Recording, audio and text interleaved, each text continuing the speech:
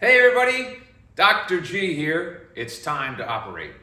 Today we're going to dissect Gimme Shelter by the Rolling Stones. Well, the secret to playing the studio version of Gimme Shelter correctly is that Keith has his guitar tuned to open E. So the strings would go E, B, E, G sharp, B, E to give you. And as you probably just noticed, he's also using tremolo. First, I'm going to give you an overview of the different rhythm guitar parts that we're going to cover. We'll be covering the intro,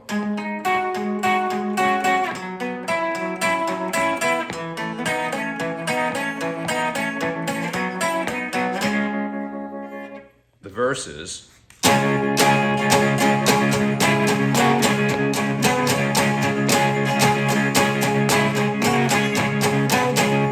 and the chorus.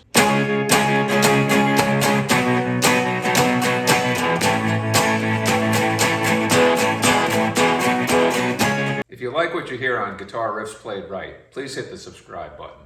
Each piece of this song is done by barring a particular fret and sometimes adding additional fingers. For the chorus, just one finger straight across to start it, move it down 2 frets, and then 2 more frets, like this.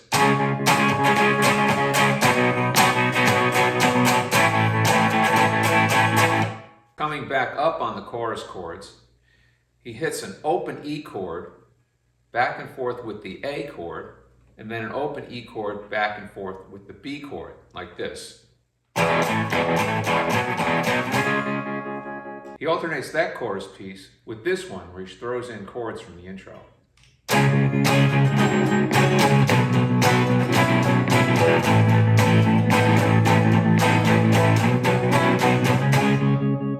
Alright, now let's look at what Keith plays just before the verses and during the verses while Mick is singing.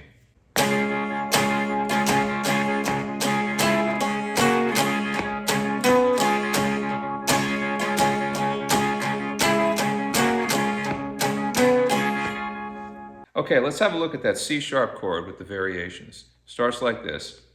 Then put your pinky on the 12th fret of the D string.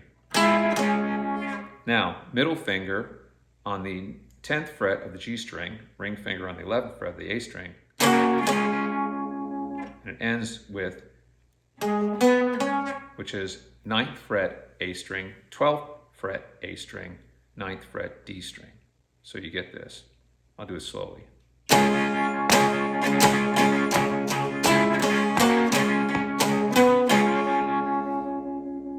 This song becomes difficult to teach because Keith changes 2 of his chords in the introduction several times. I'm now going to go into full detail on exactly how he plays it. Okay, let's have a look at the basic configuration he uses. You're barring the A, D, and G strings, and you're adding 2 fingers each time. At the top chord, it's a middle finger on the 10th fret of the G string, ring finger on the 11th fret of the D string. He then slides it down and does the same type of configuration. When he goes to the 3rd chord now, instead of using this type of configuration, he's got his pinky 1 fret higher.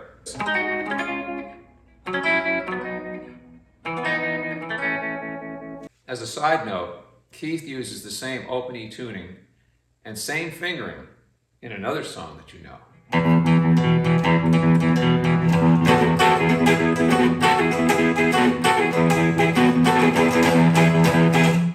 All right, let's listen to a piece of the intro at half speed, and then we'll dissect it.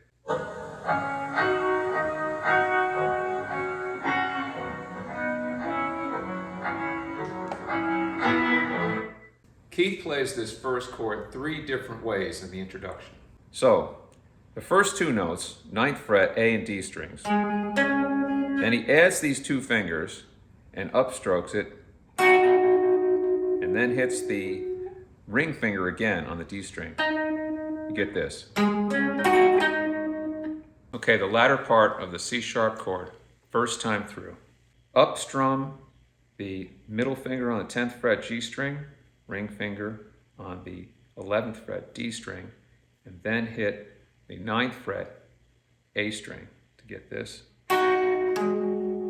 Then lift up your ring finger and play the D and the G strings twice.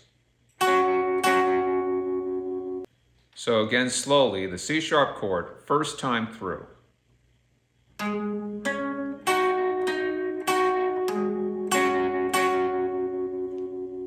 The pattern for the next chord is similar.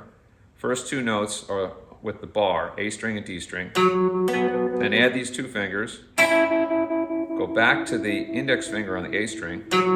Back up to the top two. Back down to the index finger. And then, so you've got the two high notes that you started with, and then you lift up your ring finger. Let's look at that second chord again, slowly.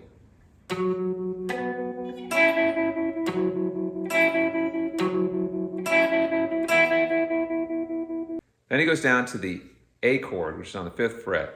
And like most of this riff, it's two strings at a time. The first two notes, played simultaneously, are on the A string and D string. Then you play the G string and D string. Then you add your ring finger to the 7th fret D string, pinky to the 7th fret G string, lift those up, go back down to the first two notes, A and D string, then repeat that.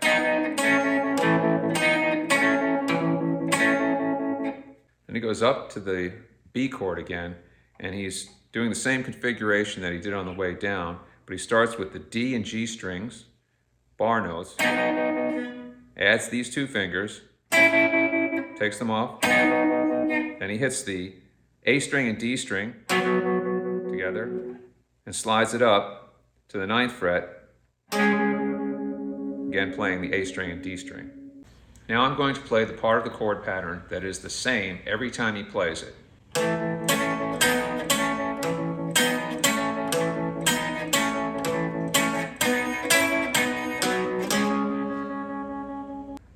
Let's look at that whole chord pattern slowly.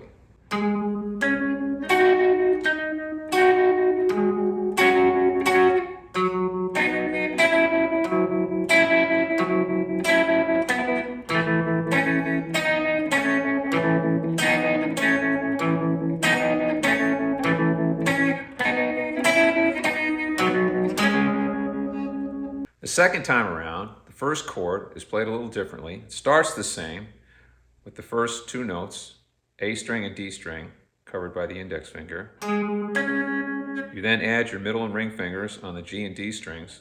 The next note is the first note, index finger on the A string. Then go back up to these two high notes and take your ring finger off first and then your middle finger, like this. All right, let's look at that again. Remember, this is the first chord, but the second time around going through the chord pattern.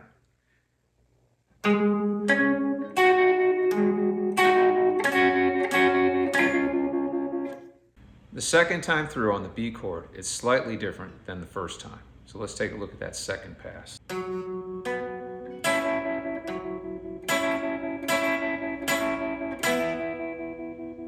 All right, let's look at the first chord.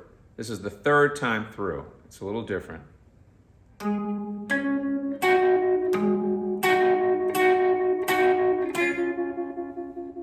The third time around on the B chord is the same as the second. Again, it's like this.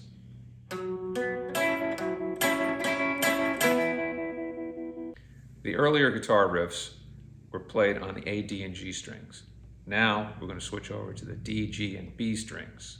The next riff uses similar picking but different fingering. So we start here, 9th fret, then hit the B and G strings, and your middle finger is going to be on the 10th fret of the G string.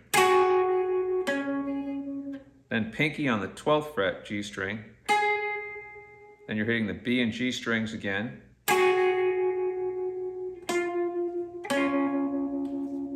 Let's look at that slowly again. Now upstrum the B and G strings. Hit the first note, pinky on the 12th on the G string. Two strings again. Then move down 2 frets to the 7th and do the same thing.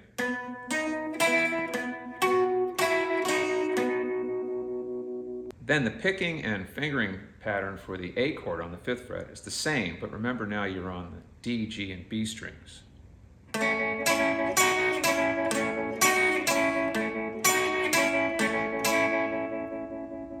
then you slide up to the B as before, but again remember you're on the D, G, and B strings, and you get. Let's look at this whole piece of the riff.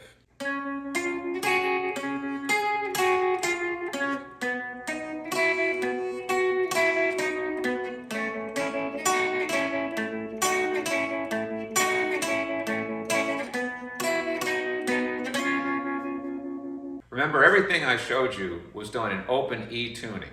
The guitar that Keith used on this recording was a Maton, M-A-T-O-N, not sure how to pronounce it, EG 240 Supreme. It's an Australian guitar that somebody left at his apartment, and he just decided to use it.